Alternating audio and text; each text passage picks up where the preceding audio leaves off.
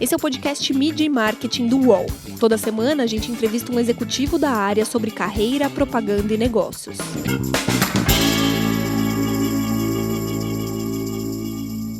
A fragmentação da mídia mudou a publicidade? Neste momento, as marcas precisam sair de cima do muro? E qual a diferença entre consumidor e comunidade? Meu nome é Renato Pesotti e para falar sobre esses e outros assuntos, a gente recebe o Márcio Calaggio, que é diretor de marketing da Vulcabras Azaleia. Tudo bem, Márcio? Tudo bom, Renato. Obrigado pelo convite. Um prazer estar aqui. Prazer é tudo nosso. A Vulcabras Azaleia tem quase 70 anos, né? Me conta um pouco das marcas que vocês cuidam, que vocês têm no portfólio, para também posicionar nosso público. A gente tem uma marca do segmento feminino bastante conhecida, que é a Azaleia, que é uma marca top of mind, bastante popular e com presença, né, há muitos anos no lar do consumidor brasileiro. A Under Armour é uma marca recente no nosso portfólio, se eu não me engano é 2018, né, a gente adquiriu a operação brasileira para poder transformar, né, uma das marcas mais valiosas do mundo num negócio relevante no Brasil, né? E a principal marca do grupo hoje é a Olímpicos, que é a maior marca esportiva brasileira, né? É um case interessante, cara, porque uma vez eu estava preparando uma entrevista para fora do Brasil e o entrevistador me falou assim, pô, tu sabia que tem 3 países no mundo que tem uma marca no segmento esportivo líder de vendas, né? Então a Nike nos Estados Unidos, a Adidas na Alemanha e a Olímpicos no Brasil, né? Então acho que isso dá uma dimensão do que é para uma marca esportiva nacional vender seus milhões de pares de tênis e artigos esportivos todos os anos, competindo com aquelas que são as marcas mais desejadas entre todas as marcas do mundo, né? E é nesse contexto que a Vulcabras está inserida e que a Olímpicos participa, né, com uma importância bem relevante aí para o nosso mercado, para a cadeia, para a comunidade esportiva. Acho que de alguma maneira a gente consegue impactar positivamente não só o negócio da Vulcabras, mas o negócio de todos que se envolvem, né, e tem a oportunidade de construir uma marca genuinamente brasileira que não importa conceitos, não nacionaliza campanha, não nacionaliza produto, né, sai tudo da visão que a gente tem do brasileiro mesmo e daquilo que vai atender a população brasileira. Falando nisso, né, como que a pandemia impactou as vendas, né? Porque também tem essa peculiaridade, né? Vocês vendem muito no Brasil e o Brasil, por ser continental, também tem várias peculiaridades, né? Tem muita gente no interior que as lojas estão abertas, capitais, as lojas estão fechadas. Como que vocês estão lidando isso dentro da empresa, né? Acho que a primeira coisa que aconteceu na pandemia foi uma decisão, pensando nas pessoas mesmo, né, liderada pelo Pedro Bartelli, que é o presidente da empresa, de antecipar férias coletivas e a gente conseguir, de fato, parar a empresa para proteger, né, os 14 mil funcionários que a gente tem e para estudar e replanejar e daqui a pouco entender como é que a gente agiria a partir de consequências que a gente ainda não conseguia nem desenhar, tipo shopping fechar e tudo mais, né? A gente entendeu que a gente precisava parar, né? E aí montamos um comitê de crise, né? E começou naquele momento já uma semana, 10 dias depois a vir já decretos e leis e medidas provisórias e tudo mais do governo para isso, né? É óbvio que o negócio foi impactado, sim, foi impactado radicalmente, os resultados não mentem, a gente tinha cargas em trânsito que chegaram e tiveram que ser devolvidas porque as lojas estavam fechadas, né? A gente parou produção, porque obviamente acabou a demanda, então imagina que a gente vive uma engrenagem absolutamente conectada, né? Então a gente produz muito porque a gente vende muito, né? Então no momento que a loja está fechada e a gente tem uma produção de milhares de pares por dia, né? Imagina a loja fechada, obviamente as lojas estavam deixando de vender aqueles milhares de pares por dia que está calculado dentro de um sistema e que tu vai repondo, né? Então foi um impacto bastante pesado para todos nós montamos esse comitê de crise, começamos a entender e, obviamente, apertamos e pisamos fundo no digital, né? Crescemos em relevância, a gente já vinha construindo uma operação própria já há mais de um ano. Desde a chegada da Under Armour, a gente incorporou a estrutura e foi evoluindo e aperfeiçoando ela, e no momento, obviamente, soubemos aproveitar a rampa de crescimento e crescer, né? Mas, obviamente, o negócio de uma marca que está presente em 15 mil portas e lojas do Brasil sente muito, e a gente, obviamente, né, sentiu esse impacto. O e-commerce cresceu muito nesses 2, 3 meses, né? Mas é diferente, às vezes, vender uma roupa e vender um tênis pela internet. Quem não está acostumado talvez não compre, né? Isso também impactou o lado de vocês, né? É que o e-commerce por si só existia, né, um potencial, uma energia potencial de crescimento, mas ela não se compara ao número de portas que a nossa distribuição atinge, né? Então, ela obviamente trouxe para nós uma visão muito positiva, né? A gente abriu mais o funil e a gente viu que tinha mais consumidores interessados nos produtos da marca, né? Mas, obviamente, isso não substitui a venda que acontece todos os dias e que agora nós estamos né, vivendo essa história de abre, não abre, abre, não abre. A gente, quando abre, volta a girar o negócio, e a gente já está discutindo de fato retomada, está tomando todos os cuidados e é muito bonito de ver o cuidado dentro da empresa em relação aos funcionários, né? Principalmente quando a gente pensa em pessoal de fábrica, né, que tem então na própria indústria um ambiente de educação em relação ao que está acontecendo, né? Então, os funcionários estão muito protegidos dentro da empresa e alguns deles dizem que estão mais protegidos dentro da empresa do que fora da empresa, né? Eu acho que isso é o que a gente está vivendo. Então, claro que o digital para nós foi super relevante, a gente se aproximando cada vez mais do nosso público, conversando com eles, dialogando com eles. É um caminho sem volta, mas para nós é mais uma turbina que se acopla quando as coisas voltarem ao normal, né, para a gente continuar tendo um motor que traciona o nosso negócio como um todo. Muito tem se discutido sobre esse normal, né? Que talvez a gente volte, esse novo capitalismo, que talvez a gente se insira. Como que a marca tem que estar do lado do consumidor, tem que vender, mas também não pode, de repente, abandonar a pessoa nesse momento, né? Como que é fazer publicidade? Você já trabalhou em grandes agências, né? Como que é fazer publicidade nesse momento? Não adianta só querer vender, né? Não, então tem várias coisas que a gente já vinha entendendo no nosso jeito de trabalhar e que agora fica mais evidente, assim. A gente parou de chamar consumidor e target, de público-alvo, de target. O consumidor, ele pressupõe, inclusive, consumo. No momento em que não tem consumo, então essa pessoa deixa de existir para mim, né? Então a gente prefere acreditar que a gente trabalha com comunidade, né? E a gente tem um trabalho, no caso de Olímpicos, por exemplo, muito forte com a comunidade da corrida, né? E a gente entendeu logo no começo, né, também numa provocação da empresa, que a gente precisava fazer algo, né, que a gente não podia ser inconveniente, ou seja, não vou ficar falando de consumo nesse momento e com oferta, né? Vamos entender que a gente está vivendo uma urgência e que existem prioridades na lista do consumidor, mas, ao mesmo tempo, vamos inverter. Se eu tenho essas pessoas próximas de mim com uma visão de comunidade, eu estou próximas a elas numa via de diálogo e eu estou entendendo os dramas que elas estão vivendo.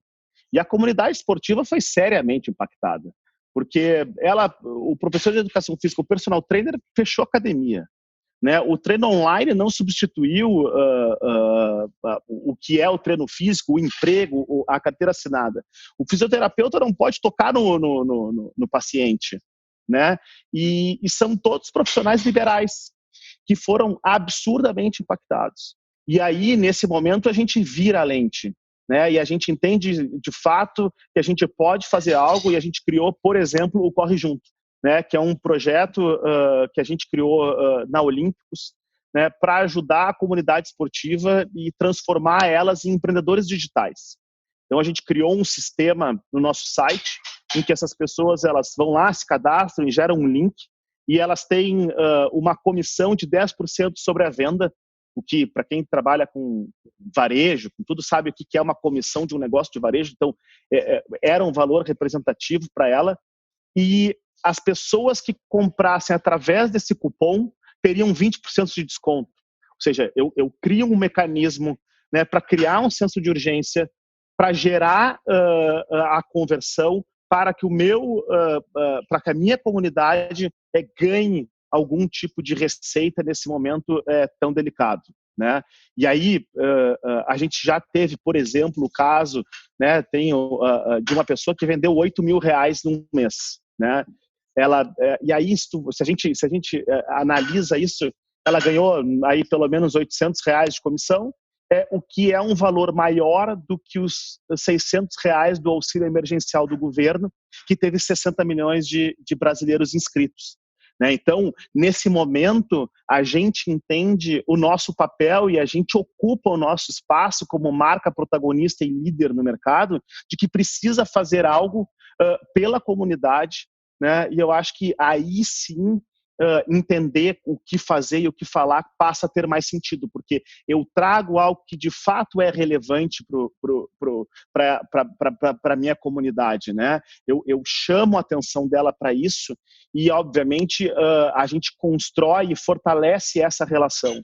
E eu acho que esse é o momento da gente fortalecer relações, né? Esse é o momento da gente tomar posições, né? Acho que esse é um grande momento da gente sair de cima do muro como marca, porque cada vez mais não adianta a gente ser uma marca que o consumidor conhece, ele precisa nos escolher.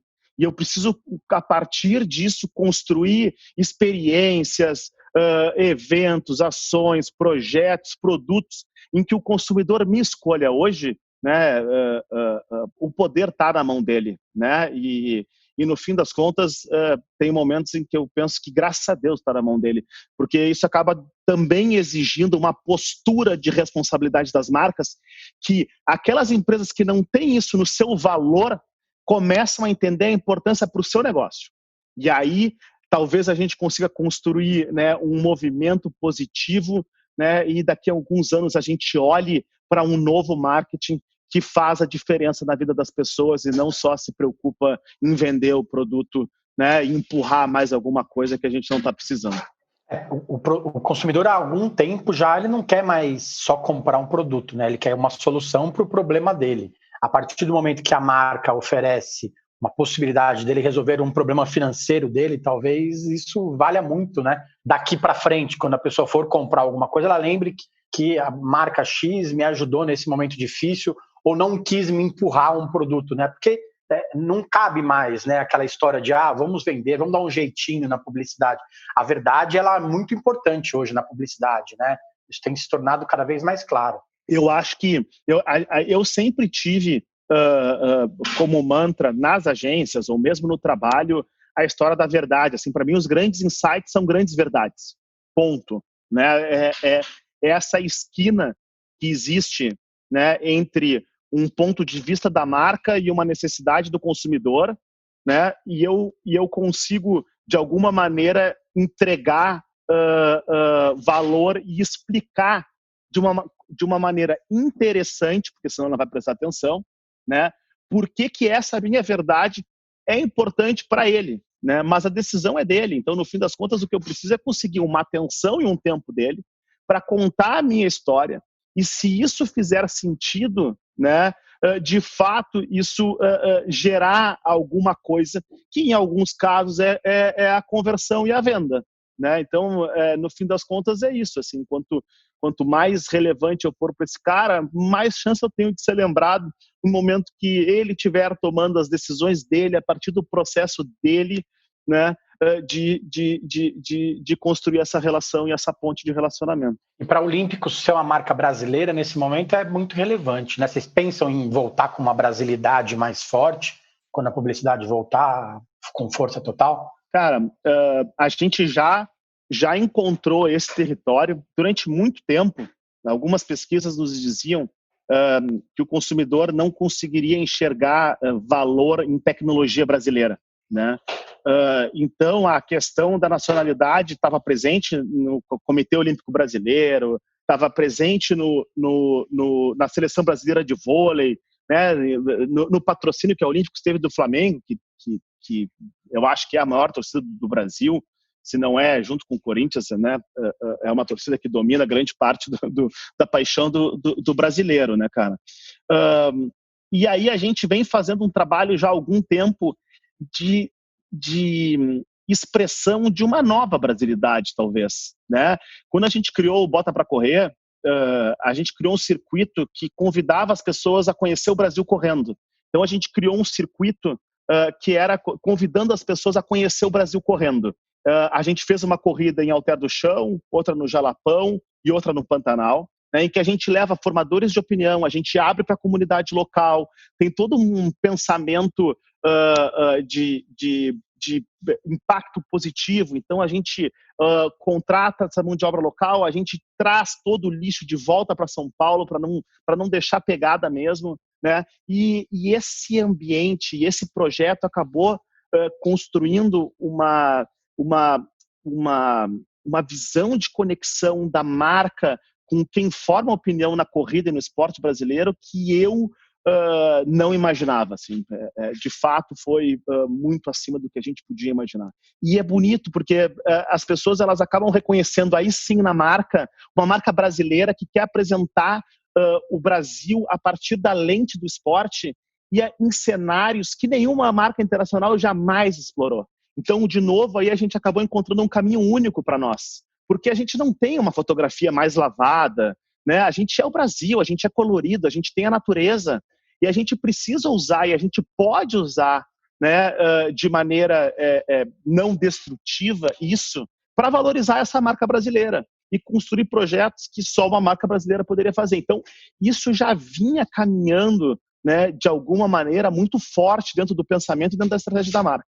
Agora isso se acelera, né? Porque, de fato, a gente lembrar a população brasileira que a Olímpicos é feita no Brasil e que a cada compra de um tênis brasileiro, tu tá gerando emprego no Brasil e o dinheiro tá ficando no Brasil, é algo muito potente. A ideia de que os nossos funcionários recebem o salário, são 14 mil pessoas, recebem o salário no final do mês e o cara tá reformando a casa, ele vai na ferragem e compra o cimento, né? Ele contrata o cara para fazer a mão de obra, o obreiro dele, o mestre de obras, né? Ele vai no supermercado, ele recebeu um salário, ele quer fazer uma janta especial, então ele compra uma massa, compra um molho, compra um refrigerante, compra uma cerveja.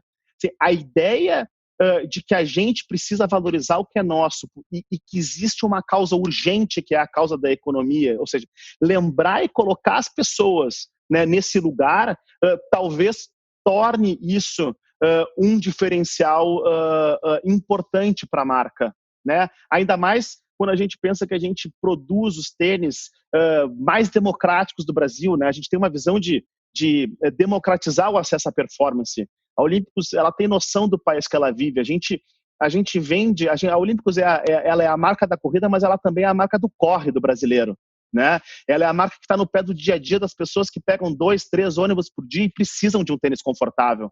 A gente desenvolve o tênis para corrida, mas o que nos importa é ver ele no pé do brasileiro no dia a dia, né?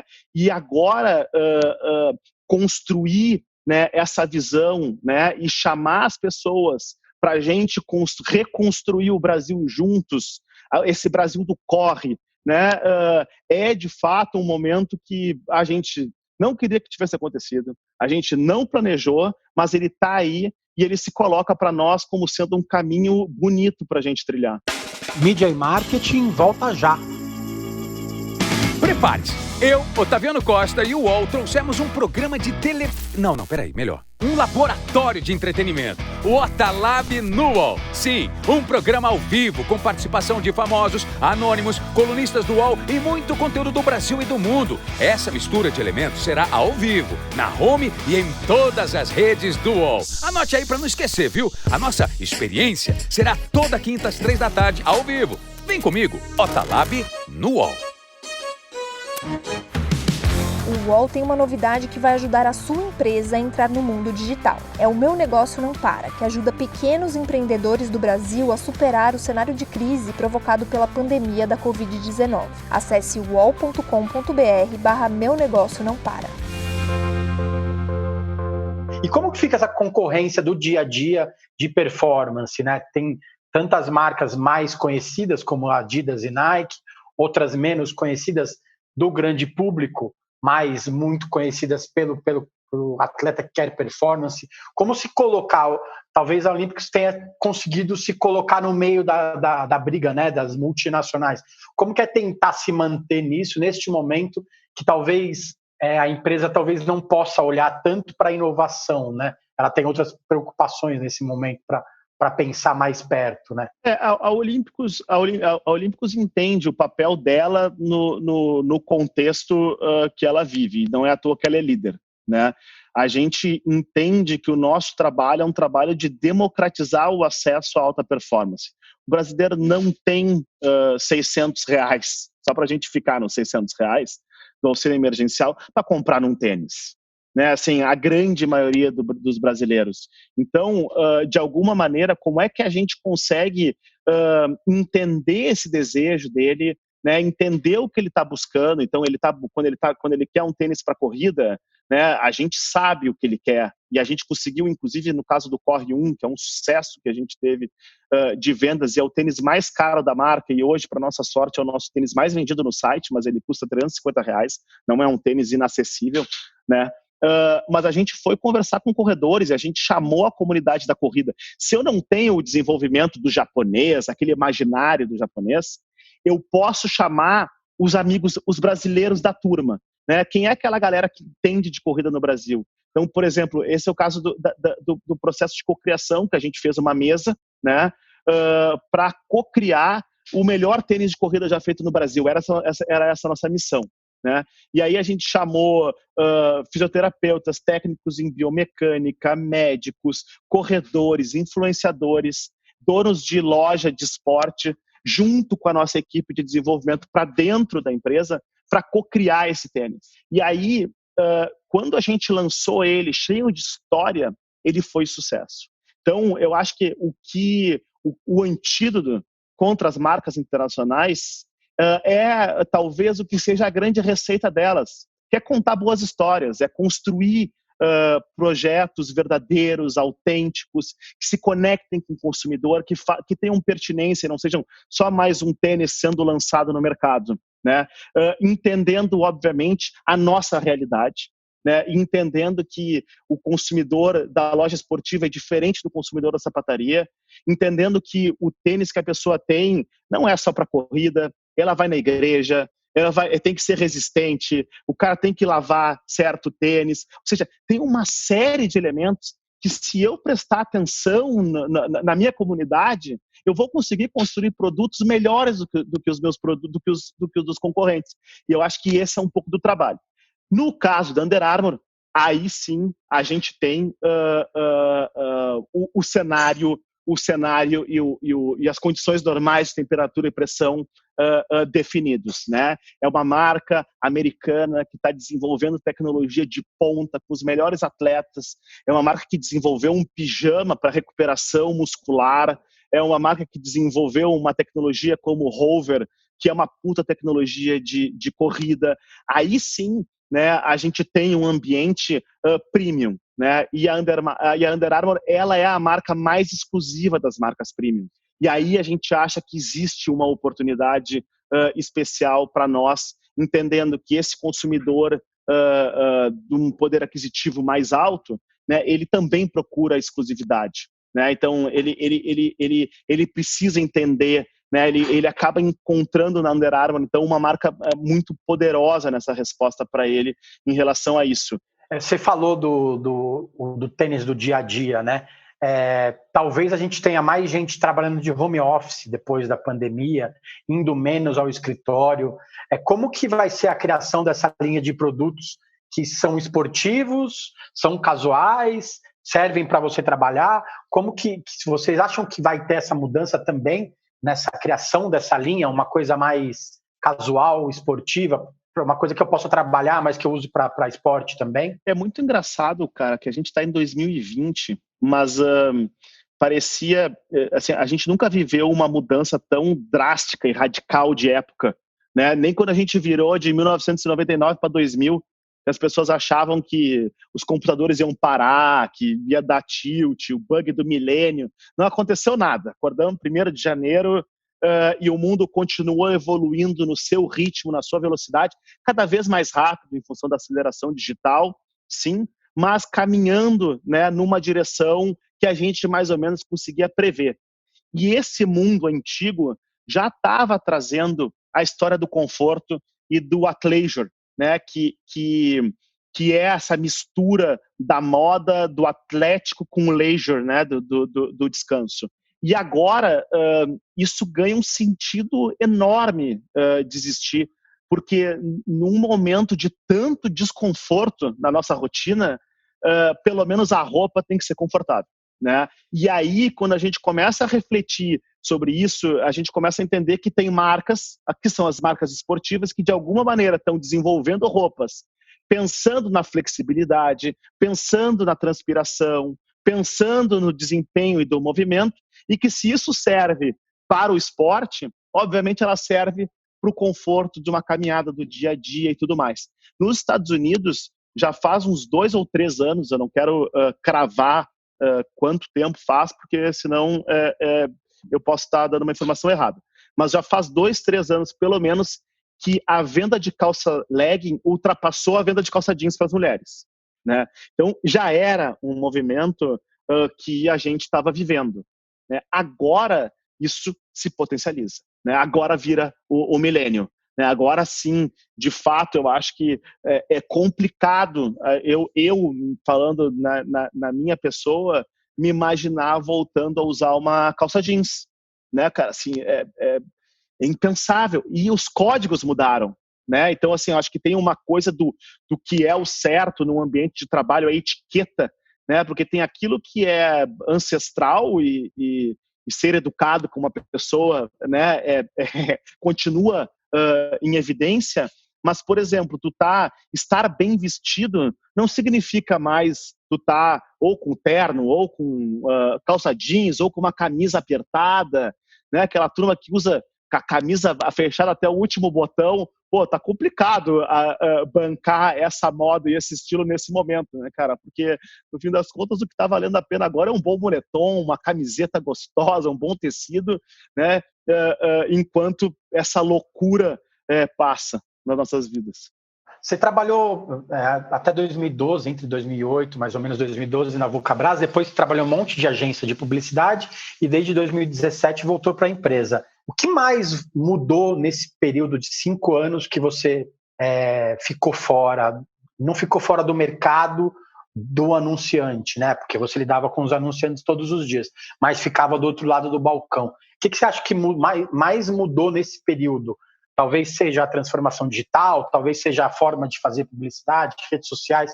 Queria que você falasse um pouco sobre isso. Cara, eu acho que a fragmentação, né? A fragmentação da atenção, a fragmentação da audiência, né? Acho que isso é radical, isso é o novo marketing para mim. Porque no momento em que eu não encontro mais as pessoas consumindo o conteúdo, então antes eu sabia mais ou menos onde elas estavam, eu ia lá, eu comprava o espaço na interrupção do conteúdo dela e eu apresentava a minha mensagem, né? Hoje mudou. Então tu tem uma mídia que eu acho que é uma mídia intrusiva, uma mídia chata, ou tu tem uma mídia em que o cara opta por consumir.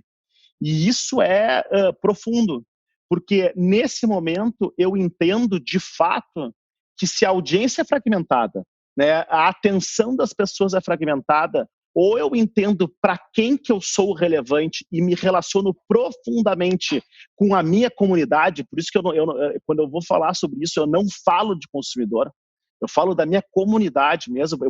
Esse é um conceito que a gente precisa catequizar dentro da empresa diariamente, né? Quando eu entendo isso, eu entendo que eu preciso construir coisas que ele queira receber, né? Eu preciso construir a história de um tênis que é a história de um tênis herói que ele gostaria de fazer, né? Da maneira como ele gostaria que os brasileiros fizessem um tênis, um circuito de corrida que eu não preciso pagar o cara para ir, ele fica feliz de ser convidado para esse evento e eu posso ir lá e produzir conteúdo, produzir vídeos com ele, apresentar o influenciador para um lojista e esse influenciador dizer que o trabalho que a Olímpicos está fazendo na corrida é transformador para a marca, mas não sou eu dizendo, daí já é o influenciador falando porque ele acredita nisso. E aí aquele lojista que também adora a corrida se conecta com essa história e a próxima conversa é vamos fazer um treinamento para os nossos vendedores da nossa loja, simulando essa experiência que a gente está vivendo, né? Então eu acho que nessa era de fragmentação, tu entender para quem que tu é relevante, né? E de fato entender que tu precisa daqui a pouco ter mais parceiros, novos tipos de parceiros, novos tipos de fornecedores, outros formatos de trabalho, porque aquele generalista talvez não faça mais sentido para todas as marcas. Eu queria que você aproveitasse o gancho para falar de fragmentação da mídia, queria que você citasse 2 campanhas. Uma que você tem muito orgulho de ter participado, de ter assinado lá na criação, e uma outra que você olha e fala assim, nossa, eu queria tanto ter feito isso na minha vida, de uma outra marca. Queria que você falasse isso para mim. Eu gosto sempre de ir pelos meus últimos, assim, eu acho que a gente é tão bom quanto a última coisa que a gente fez, né? E eu acho que o Bota Pra Correr é um projeto que mudou a concepção que a gente tinha de construção de um projeto de corrida no Brasil. Assim, ele vai ter em 2021 de novo? Vai ter em 2021. A gente queria fazer esse ano, né? Teve que cancelar as corridas, né? Mas vai ter esse projeto, que é um projeto que preenche todas as lacunas de tudo aquilo que um anunciante sonha. Eu lanço produto, eu tenho atenção de quem me interessa, né? Eu tenho uma oportunidade de relacionamento, eu tenho mídia espontânea porque essas pessoas postam para fora, eu consigo construir depois vídeos e coisas que marcam e emocionam quem assiste, as pessoas quererem fazer parte. Então, assim, acho que é a melhor coisa que eu já tive envolvida. E aí, cara, a ação que tenha me chamado a atenção, eu também vou pegar a última, assim, né? Que foi esse projeto da Doritos com os lasers no feriado de Corpus Christi, né? Que eles são patrocinadores da parada LGBT, né? E aí, mesmo impedidos através da pandemia com o evento, né, de acontecer, eles deram um jeito de marcar posição, né, de fazer valer e expressar a sua opinião para a sua comunidade. E eu tenho certeza que isso teve um impacto muito grande num momento em que tem muitas marcas que preferem ficar em cima do muro a tomar uma posição, né? Eles que tinham uma desculpa para não fazer, não se contentaram, foram lá e fizeram. Eu acho que merecem essa distinção aqui como um dos projetos que me chamaram a atenção aí nos últimos tempos. É realmente fantástico. Beleza, Márcio. Obrigado pelo tempo aí. Boa sorte nas suas corridas, nos seus desafios aí do mundo pós-pandêmico. Para todos nós. Muito obrigado pelo convite. Um prazer falar contigo. Valeu, gente. Semana que vem tem mais. Os podcasts do UOL estão disponíveis em todas as plataformas. Você pode ver a lista desses programas em uol.com.br/podcasts. Mid Marketing tem reportagem e entrevista de Renato Pesotti, edição de áudio de João Pedro Pinheiro e coordenação de Juliana Carpanês.